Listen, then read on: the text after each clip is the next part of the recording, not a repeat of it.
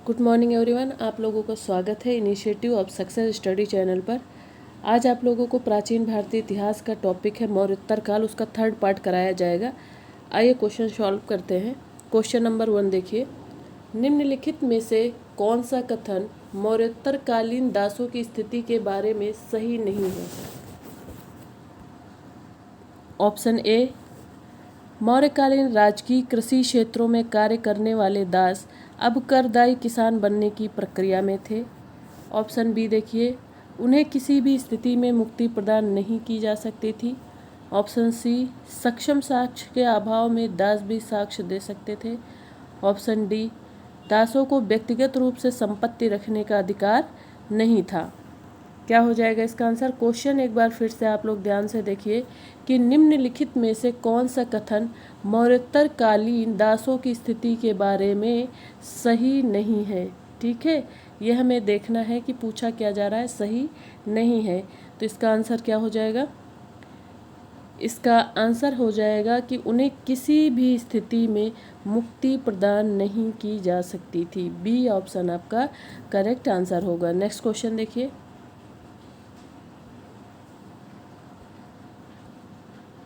प्रारंभिक ऐतिहासिक काल में जातियों के प्रसरण के लिए निम्नलिखित में से कौन सी अवधारणा मुख्य रूप से उत्तरदायी थी? ऑप्शन ए, वर्णसंकर। Option B, Bratya.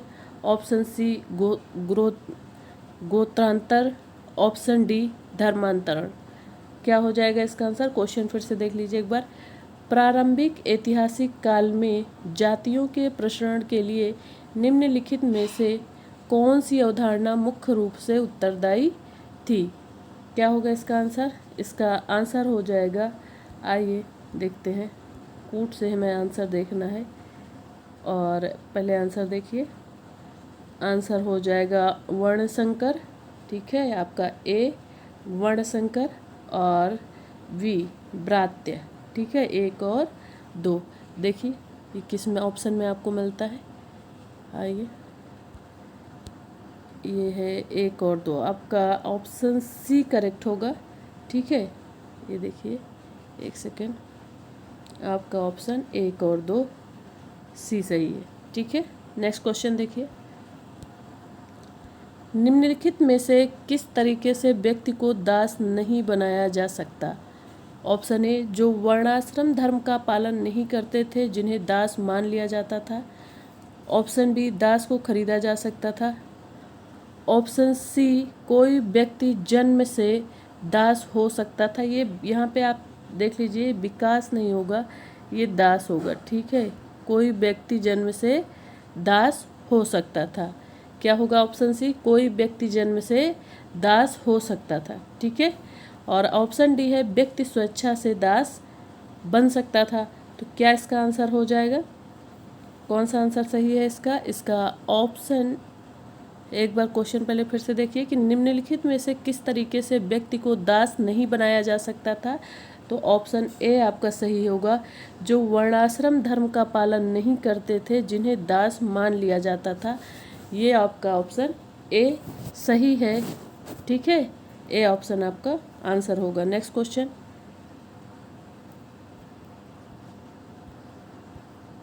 Phone number question देखिए, निम्नलिखित में से किस वंश के शासकों ने अपने वर्णाश्रम धर्म का संस्थापक घोषित किया था? क्या है क्वेश्चन कि निम्नलिखित में से किस वंश के शासकों ने वर्णाश्रम धर्म का संस्थापक घोषित किया था? Option A, Satavahana. Option B, Kushan. Option B, Pallava. Option D, Maurya. तो किसे घोषित किया गया था संस्थापक? वर्णाश्रम धर्म का संस्थापक कौन घोषित किया था? तो ये हो जाएगा आंसर कुषाण। बी ऑप्शन आपका करेक्ट है। बी ऑप्शन आपका आंसर होगा। नेक्स्ट क्वेश्चन देखिए,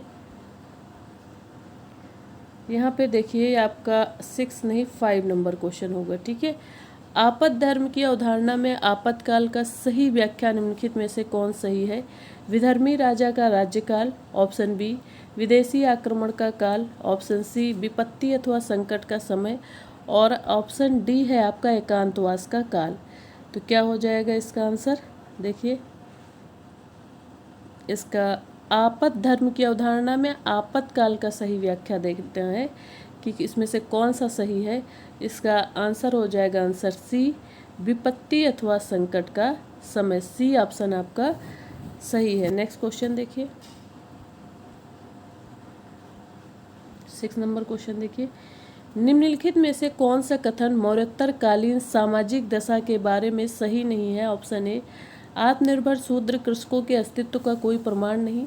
ऑप्शन बी, शूद्र उच्च सामाजिक स्थिति हासिल कर सकते थे। ऑप्शन सी, शूद्र और वैश्य समुदाय के बीच अंतर कम होता जा रहा था। ऑप्शन डी, कामगार और दस्तकार मुख्यतः शूद्र वर्ग पे ही आते थे। तो इसका आंसर क्या हो जाएगा, फिर से एक बार क्वेश्चन देखिए, निम्नलिखित में से कौन सा कथन मौर्योत्तरकालीन सामाजिक दशा के बारे में सही नहीं है। क्या पूछा गया है, सही नहीं है। तो इसका आंसर हो जाएगा ऑप्शन ए, आत्मनिर्भर शूद्र कृषकों के अस्तित्व का कोई प्रमाण नहीं था। ये होगा आंसर, नहीं, ये इसका आंसर नहीं होगा। क्वेश्चन पूछा गया है कि कौन सा कथन मौर्योत्तरकालीन सामाजिक दशा के बारे में सही नहीं है। तो इसका हो जाएगा शूद्र उच्च, देखिए बी ऑप्शन देखिए आप, शूद्र उच्च सामाजिक स्थिति हासिल कर सकते थे। ये ऑप्शन आपका सही नहीं है, क्योंकि ये आपके क्वेश्चन में पूछा गया है सामाजिक दशा के बारे में सही क्या नहीं है मौर्योत्तरकालीन में। तो शूद्र उच्च सामाजिक स्थिति हासिल कर सकते थे, ये सही नहीं है। आपका बी ऑप्शन सही है।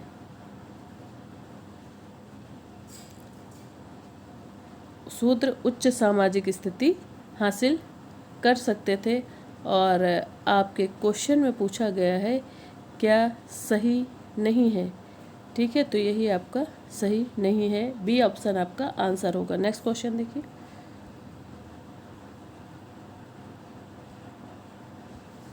7 नंबर, वर्ण और जाति के बीच अंतर के बारे में निम्न में से कौन सा कथन सही नहीं है। ऑप्शन ए, वर्ण का वर्गीकरण प्रकारों के आधार पर किया गया था, जबकि जाति स्त्रीकरण ब्राह्मण जाति की परम शुद्धता और दूसरी अन्य जातियों की सापेक्षित अशुद्धि के सिद्धांत पर किया गया था। ऑप्शन बी, वर्ण व्यापक वर्ग होता था जिसमें अनेक जातियां शामिल होती थी। ऑप्शन सी, वर्ण व्यवस्था अखिल भारतीय स्तर पर काम करती थी, जबकि जाति सामान्यतः क्षेत्रीय स्तर पर कार्य करती थी। ऑप्शन डी है, वर्ण धार्मिक वर्गीकरण था जबकि जाति सामाजिक वर्गीकरण था। क्वेश्चन क्या था, फिर से देखिए एक बार क्वेश्चन को रिपीट करते हैं।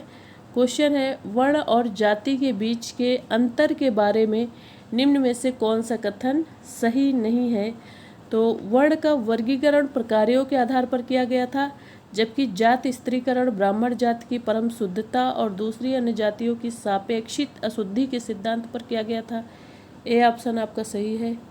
बी है, वर्ण व्यापक वर्ग होता था जिनमें अनेक जातियां शामिल होती थी, ये भी सही है। नेक्स्ट देखिए, सी ऑप्शन, वर्ण व्यवस्था अखिल भारतीय स्तर पर काम करती थी जबकि जाति सामान्यतः क्षेत्रीय स्तर पर कार्य करती थी, ये भी ऑप्शन सही है। आपका जो नहीं सही है वो है वर्ण धार्मिक वर्गीकरण था जबकि जाति सामाजिक वर्गीकरण, ये आपका आंसर होगा और ये सही नहीं है। ठीक है, देखिए पूछा गया था क्वेश्चन में कि कौन सा कथन सही नहीं है वर्ण और जाति के बीच अंतर के बारे में, तो आपका डी ऑप्शन, आपका डी आंसर हो जाएगा, यही सही नहीं है। ठीक है, डी ऑप्शन आपका कि वर्ण धार्मिक वर्गीकरण था जबकि जाति सामाजिक वर्गीकरण, ये सत्य नहीं था। ठीक है, नेक्स्ट क्वेश्चन देखिए, निम्नलिखित में से किस ग्रंथ में हमें वर्ण के संदर्भ में जाति शब्द के प्रयोग का प्राचीनतम साक्ष्य प्राप्त होता है। Option A Ashtadhyayi, option B Nirukta, option C Shulasutra, option D Manusmriti. क्या हो जाएगा इसका आंसर, निम्नलिखित में से किस ग्रंथ में हमें वर्ण के संदर्भ में जाति शब्द के प्रयोग का प्राचीनतम साक्ष्य प्राप्त होता है। तो वो हमें निरुक्त से प्राप्त होता है। ठीक है, कहाँ से हमें प्राप्त होता है, निरुक्त ग्रंथ से हमें वर्ण प्राप्त होता है। ठीक है, बी ऑप्शन आपका करेक्ट आंसर होगा। नेक्स्ट क्वेश्चन देखिए, निम्नलिखित में से कौन सा कथन अक्षय नीव प्रथा के बारे में सही नहीं है। क्या है क्वेश्चन कि निम्न में से कौन सा कथन अक्षय नीव प्रथा के बारे में सही नहीं है। ऑप्शन ए, यह प्रथा सातवाहनों और कुषाणों द्वारा अपनाई गई थी। ऑप्शन बी, ये एक स्थायी स्वरूप वाला दान था जिसमें स्वतंत्र हस्तांतरण का अधिकार नहीं होता था। ऑप्शन सी, यह लगान मुक्त भूमि का स्थायी दान था। ऑप्शन डी, केवल धर्मनिरपेक्ष लाभार्थियों को दिया जाने वाला दान था। क्या हो जाएगा इसका आंसर? फिर से क्वेश्चन देखिए एक बार। निम्नलिखित में से कौन सा कथन अक्षय नीव प्रथा के बारे में सही नहीं है? तो इसका आंसर हो जाएगा ऑप्शन डी, केवल धर्मनिरपेक्ष लाभार्थियों को दिया जाने वाला दान था। ठीक है, नेक्स्ट क्वेश्चन। दान में दी गई भूमि को प्रशासनिक अधिकार से मुक्त करने वाला पहला राजा कौन था? Option A, Simuka Satavahana. Option B, Gautamiputra Satakarni. Option C, Yajnashri Satakarni. Option D है रुद्रदामन। क्या हो जाएगा इसका आंसर? दान में दी गई भूमि को प्रशासनिक अधिकार से मुक्त करने वाला पहला राजा कौन था? तो ये पहले थे गौतमीपुत्र सातकर्णी। बी ऑप्शन आपका आंसर होगा। Next question. भूमि अनुदान के संबंध में प्राचीनतम अभिलेखीय प्रमाण का संबंध किस काल से है? ऑप्शन ए, दूसरी सदी ईसा पूर्व। ऑप्शन बी, तीसरी सदी ईसा पूर्व। ऑप्शन सी, पहली सदी ईसा पूर्व। और ऑप्शन डी, पहली सदी ईसा पूर्व। नहीं, ये चौथी सदी ईसा पूर्व होगा। ठीक है, और इसका आंसर क्या हो जाएगा? देखिए, भूमि अनुदान के संबंध में प्राचीनतम अभिलेखीय प्रमाण का संबंध किस काल से है? तो इसका आंसर हो जाएगा पहली सदी ईसा पूर्व, ऑप्शन सी। ठीक है, ऑप्शन सी सही होगा, पहली सदी ईसा पूर्व। और ये जो 4 ऑप्शन है ये आपका हो जाएगा चौथी सदी ईसा पूर्व। ठीक है, पहली नहीं, चौथी सदी ईसा पूर्व। ठीक है, इस तरह से आपका आंसर क्या होगा? भूमि अनुदान के संबंध में प्राचीनतम अभिलेखीय प्रमाण का संबंध किस काल से है? तो ये हो जाएगा आपका ऑप्शन सी, पहली सदी ईसा पूर्व से। ठीक है, सी ऑप्शन आपका करेक्ट आंसर होगा। नेक्स्ट क्वेश्चन देखिए। देखिए क्वेश्चन है, ये आपका जो क्वेश्चन है ये आपका 30 नंबर नहीं है, ये 12 नंबर क्वेश्चन है। ठीक है, मौर्योत्तरकालीन कृषि व्यवस्था के बारे में कौन सा कथन सही नहीं है? ऑप्शन ए, जो व्यक्ति भूमि को कृषि योग्य बनाता था वही उसका स्वामी होता था। ऑप्शन बी, निजी व्यक्तियों की भूमि के अंतरण के संबंध में सीमित अधिकार था। ऑप्शन सी, गैर धार्मिक उद्देश्यों के लिए भूमि हस्तांतरित करने का कोई प्रमाण नहीं है। ऑप्शन डी, निजी व्यक्तियों का जमीन का पूर्ण अधिकार होता था। निजी व्यक्तियों का जमीन पर पूर्ण अधिकार होता था। तो इसका आंसर क्या हो जाएगा? देखिए 12 नंबर क्वेश्चन का इसका क्वेश्चन था कि मौर्योत्तरकालीन कृषि व्यवस्था के बारे में कौन सा कथन सही नहीं है? तो पहला कथन है कि जो व्यक्ति भूमि को कृषि योग्य बनाता था वही उसका स्वामी होता था। तो ये कथन सही है। निजी व्यक्तियों को भूमि के अंतरण के संबंध में सीमित अधिकार था, ये भी सही है। ठीक है, और उसके बाद निजी व्यक्तियों को भूमि के अंतरण के संबंध में सीमित अधिकार था। ठीक है, ये भी सही है। और उसके बाद आपको देखिए थर्ड ऑप्शन देखिए, गैर धार्मिक उद्देश्यों के लिए भूमि हस्तांतरित करने का कोई प्रमाण नहीं, ये भी ठीक है। फिर ऑप्शन डी है, निजी व्यक्तियों को जमीन पर पूर्ण अधिकार होता था। तो ये आपका आंसर हो जाएगा डी। ठीक है, डी आपका आंसर होगा, निजी व्यक्तियों को जमीन पर पूर्ण अधिकार होता था। क्वेश्चन क्या था कि कथन सही नहीं है, तो आपका डी कथन सही नहीं है और यही आपका आंसर है। ठीक है, निजी व्यक्तियों का जमीन पर पूर्ण अधिकार नहीं होता था और यहाँ पे है होता था, इसलिए ये ऑप्शन आपका गलत है और ये आपका आंसर है। ठीक है, नेक्स्ट क्वेश्चन देखिए। श्रेणियों के बारे में निम्न में से कौन सा कथन सही नहीं है? कुछ श्रेणियों की अपनी मोहर और प्रतीक चिन्ह होते थे। ऑप्शन बी, श्रेणियां ही काम के नियमों, उत्पादों की गुणवत्ता और उनके मूल्यों का निर्धारण करती थी। ऑप्शन सी है, श्रेणियां कभी कभी अपने सदस्यों की निजी समस्याओं का भी निराकरण करती थी। और ऑप्शन डी है जाति संबंधी सख्त नियम के कारण कानूनी मामलों में उनका साथ स्वीकार नहीं था। तो क्या हो जाएगा इसका आंसर? देखिए 30 नंबर क्वेश्चन है आपका। तो इसका आंसर हो जाएगा, पहले क्वेश्चन देख लीजिए एक बार फिर से। श्रेणियों के बारे में निम्न में से कौन सा कथन सही नहीं है? तो कुछ श्रेणियों की अपनी मुहर और प्रतीक चिन्ह होते थे, सही है। श्रेणियां ही काम के नियमों, उत्पादों और गुणवत्ता और उनके मूल्यों का निर्धारण करती थी, ये भी सही है। श्रेणियां कभी कभी अपने सदस्यों की निजी समस्याओं का भी निराकरण करती थी, ये भी सही है। और डी ऑप्शन है आपका जाति संबंधी सख्त नियम के कारण कानूनी मामलों में उनका साथ स्वीकार नहीं था, तो ये गलत है और यही आपका आंसर है, ऐसा नहीं था। ठीक है, ये आपका आंसर होगा और यही गलत है। जाति संबंधी सख्त नियम के कारण कानूनी मामलों में उनका साथ स्वीकार नहीं था, ऐसा नहीं था। ये ऑप्शन गलत है और यही आपका आंसर है। नेक्स्ट क्वेश्चन देखिए, निम्न में से कौन सा कार्य श्रेणियां नहीं करती थी? Option A banker, option B साहूकारी ब्याज पर ऋण देना, ऑप्शन सी मूल नियंत्रक, ऑप्शन डी राजा को सलाह देना। क्या हो जाएगा इसका आंसर? इसका आंसर हो जाएगा कौन सी श्रेणियां कार्य नहीं करती थी? तो ये था ऑप्शन डी, राजा को सलाह देने का कार्य श्रेणियां नहीं करती थी। डी ऑप्शन आपका करेक्ट आंसर होगा। नेक्स्ट क्वेश्चन है, निम्न में से कौन सा कथन और मौर्योत्तरकालीन अर्थव्यवस्था की विशेषता नहीं है? ऑप्शन ए उद्योगों का स्थानीयकरण, ऑप्शन बी है व्यवसाय उच्च विशेषता युक्त होने लगे, ऑप्शन सी है व्यक्तिगत स्वामित्व वाले कृषि फार्म, ऑप्शन डी है शासन का कठोर नियंत्रण। क्या हो जाएगा इसका आंसर? निम्न में से कौन सा कथन और मौर्योत्तरकालीन अर्थव्यवस्था की विशेषता नहीं है?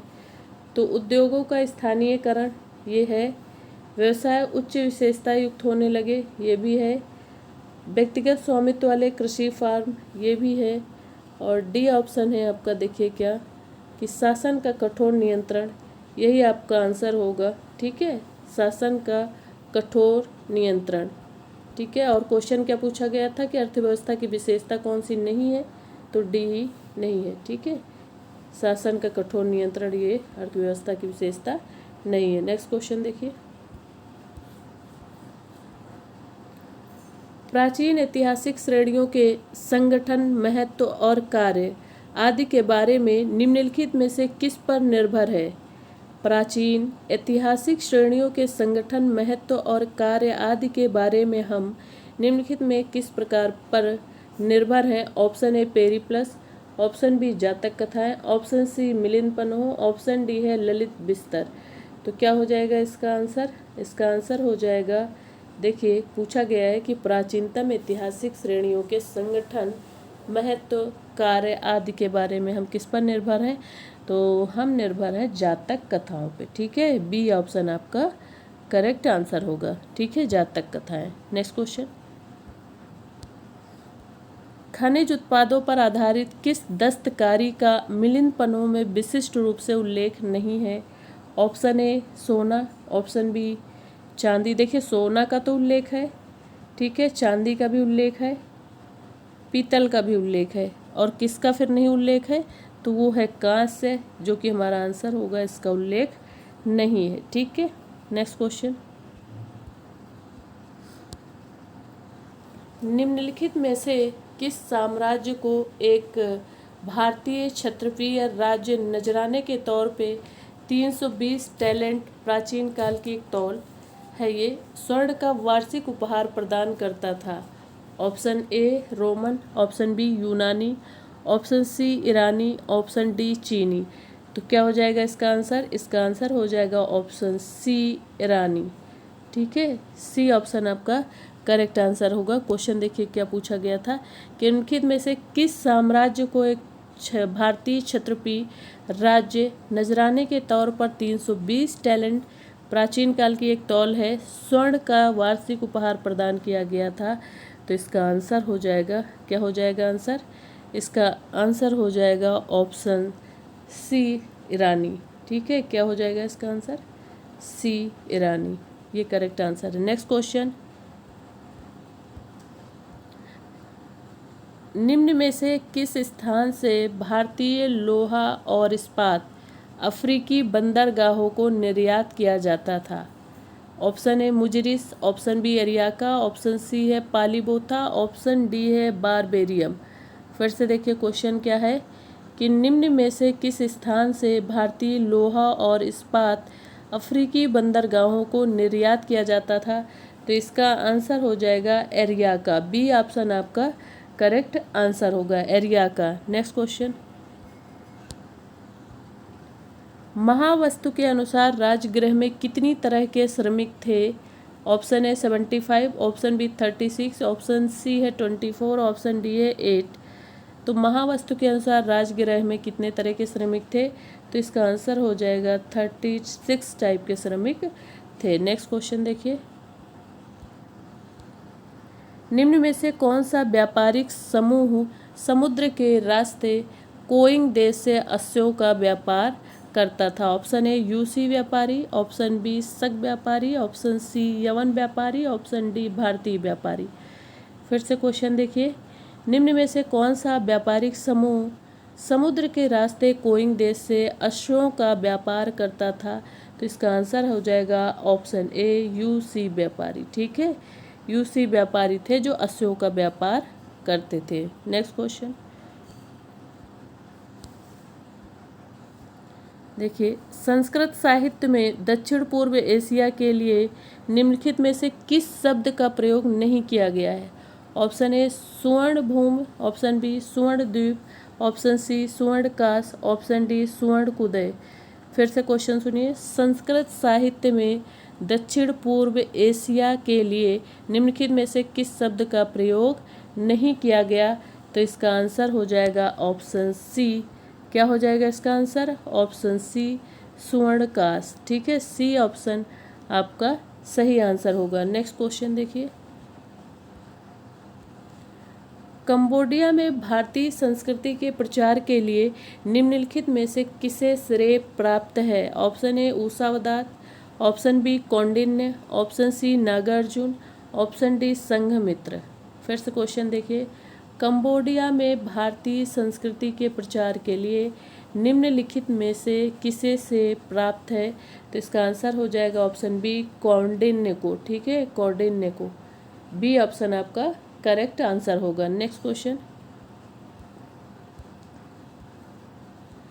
भारत में निम्न में से किस वस्तु का प्रचलन मध्य एशियाई जनजातियों द्वारा नहीं किया गया? ऑप्शन ए टोपी, ऑप्शन बी सिरस्त्राण, ऑप्शन सी जूते, ऑप्शन डी चूड़ियाँ। फिर क्वेश्चन क्या है देखिए, भारत में निम्न में से किस वस्तु का प्रचलन मध्य एशियाई जनजातियों द्वारा नहीं किया गया है?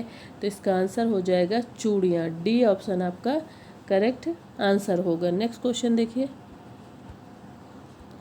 नासिक स्थित उषावदात के अभिलेख में कुषाण मूल शब्द की व्याख्या विद्वानों द्वारा अलग अलग तरह से की गई है।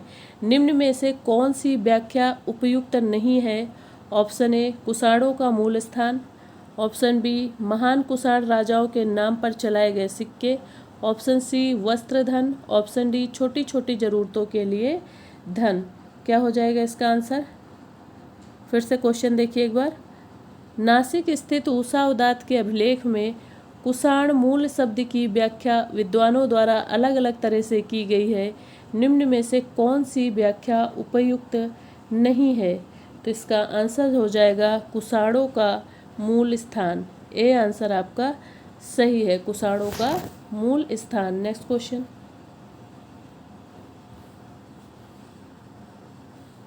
एक सेकेंड,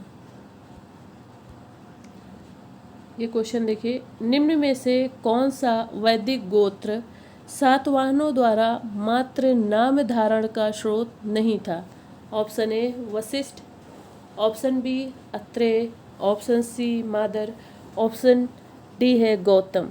फिर से क्वेश्चन देखिए, निम्न में से कौन सा वैदिक गोत्र सातवाहनों द्वारा मात्र नाम धारण का स्रोत नहीं था? तो इसका आंसर हो जाएगा अत्रेय। बी ऑप्शन आपका करेक्ट आंसर है, अत्रेय।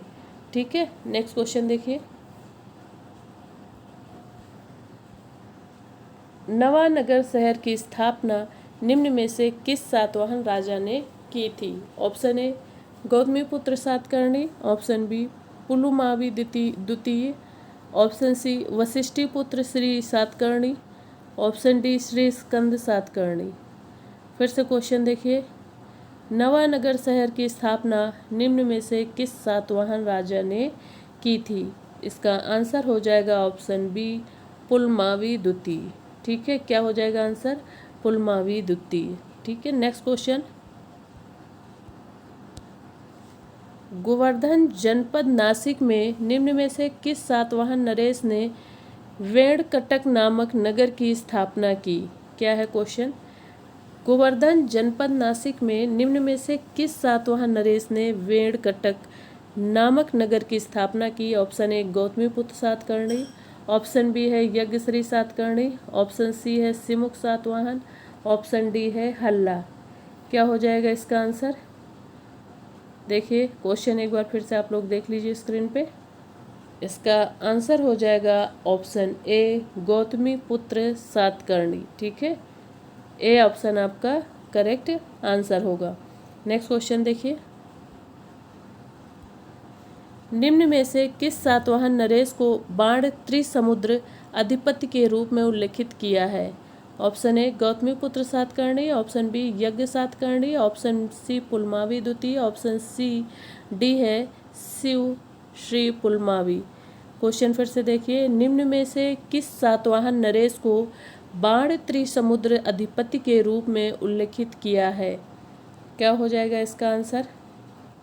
देखिए इसका आंसर हो जाएगा ऑप्शन बी यज्ञ सातकर्णी। ठीक है, यज्ञ सातकर्णी सातवाहन नरेश को बाण त्रिसमुद्र अधिपति के रूप में उल्लेखित किया गया है। ठीक है, नेक्स्ट क्वेश्चन, सातवाहन साम्राज्य के पतन के बाद निम्नलिखित में से किस वंश का उत्थान हुआ? Option A Abhira, option B Ikshvaku, option C Chutu, option D Pallava. देखिए फिर से क्वेश्चन को कि सातवाहन साम्राज्य के पतन के बाद निम्नलिखित में से किस वंश का उत्थान हुआ? तो इसका आंसर हो जाएगा, देखिए पहले अभीर, देन इक्ष्वाकु, फिर चुतु और उसके बाद पल्लव। तो इस तरह से इसका 1 2 3 4 तीनों आंसर होंगे। आइए कूट में देख लेते हैं। ठीक है, सही है, आपका बी ऑप्शन करेक्ट होगा, 1 2 3 और 4। ठीक है, नेक्स्ट क्वेश्चन देखिए, निम्नलिखित व्यापारिक वस्तुओं में से कौन सी वस्तु समापक व्यापार की वस्तु नहीं मानी जाती है? ऑप्शन ए मसाले, ऑप्शन बी मलमल, ऑप्शन सी मोती, ऑप्शन डी रेशम।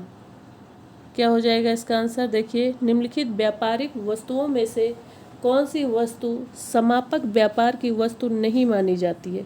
तो इसमें आपका आंसर हो जाएगा रेशम, डी। देखिए रेशम जो है, रेशम आपका वस्तु समापक देखिए क्या है आपका क्वेश्चन, व्यापारिक वस्तुओं में से कौन सी वस्तु समापक व्यापार की वस्तु नहीं मानी जाती? तो रेशम को नहीं माना जाता है। डी ऑप्शन आपका करेक्ट आंसर होगा। नेक्स्ट क्वेश्चन देखिए, रोम से भारत को निर्यात की जाने वाली वस्तुओं में निम्नलिखित में से कौन सी वस्तु शामिल नहीं थी?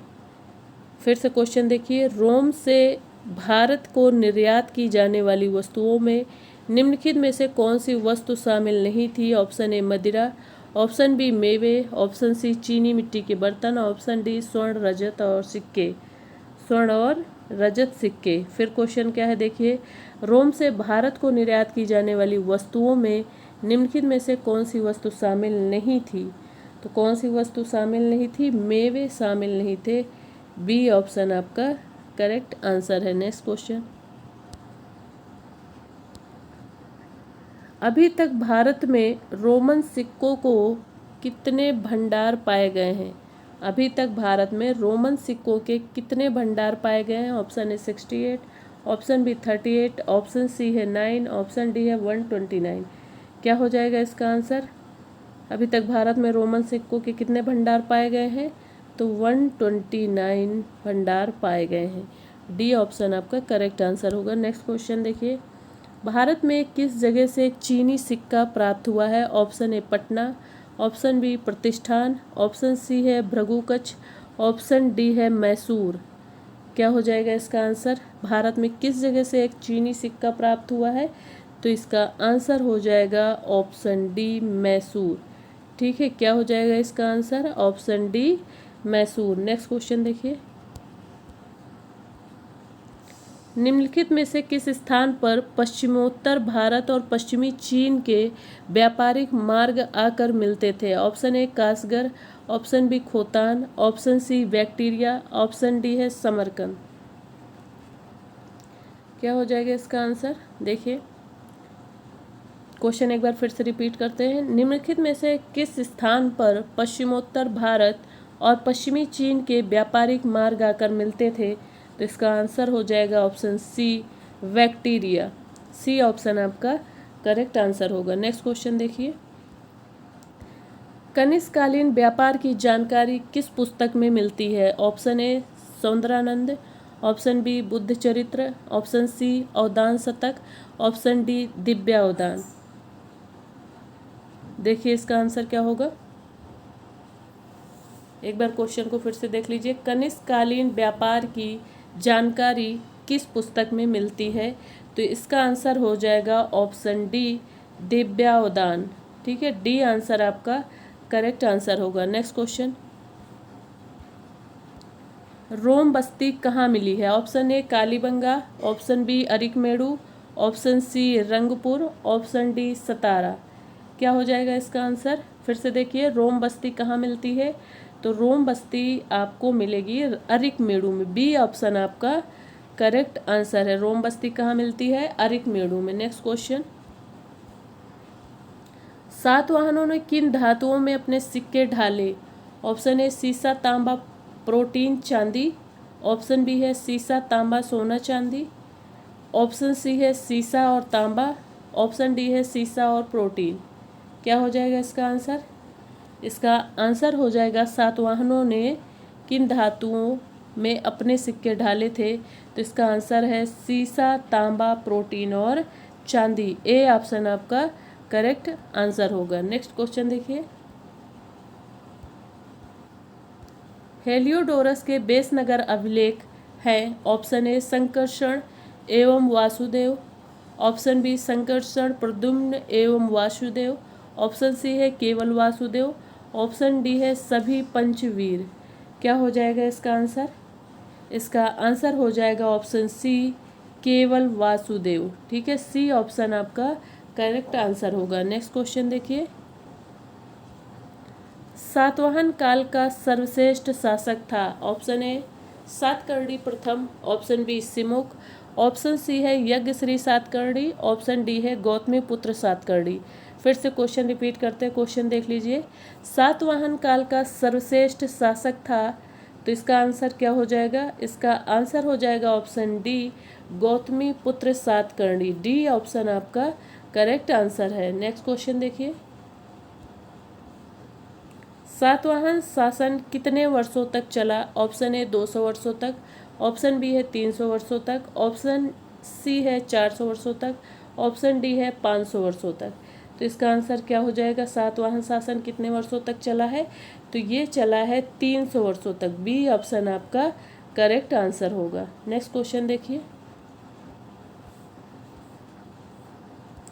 कनिष्क का राज वैद्य था? Option A Mathara, option B Kujula, option C Charaka, option D Sushruta. कौन हो जाएगा इसका आंसर? क्या होगा इसका आंसर? कनिष्क का राजवैद्य कौन था? तो इसका आंसर हो जाएगा ऑप्शन सी चरक। सी ऑप्शन आपका आंसर होगा। नेक्स्ट क्वेश्चन देखिए,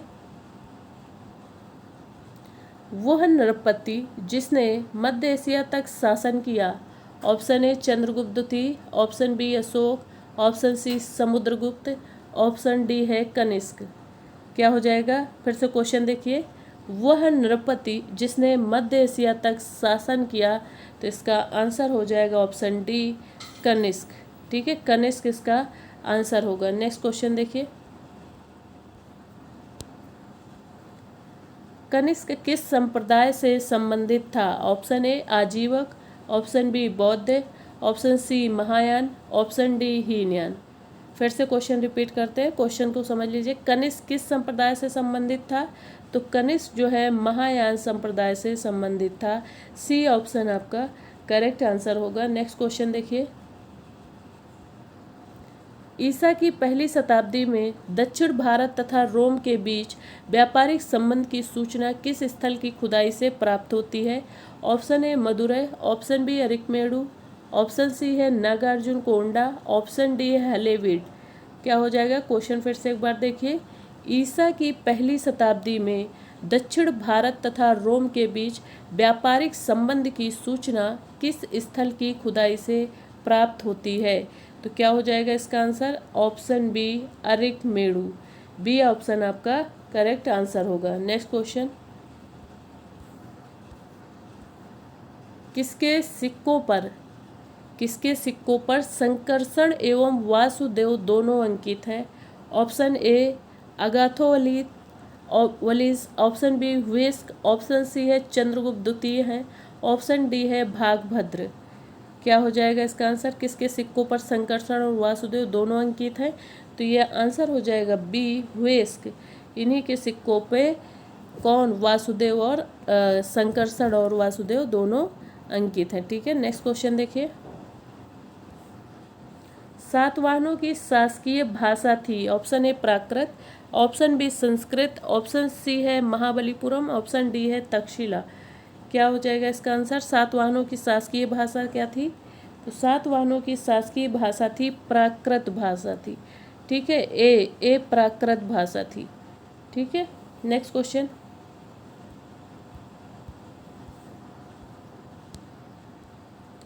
आगस्टस के रोम के सिक्के कहाँ से प्राप्त हुए थे?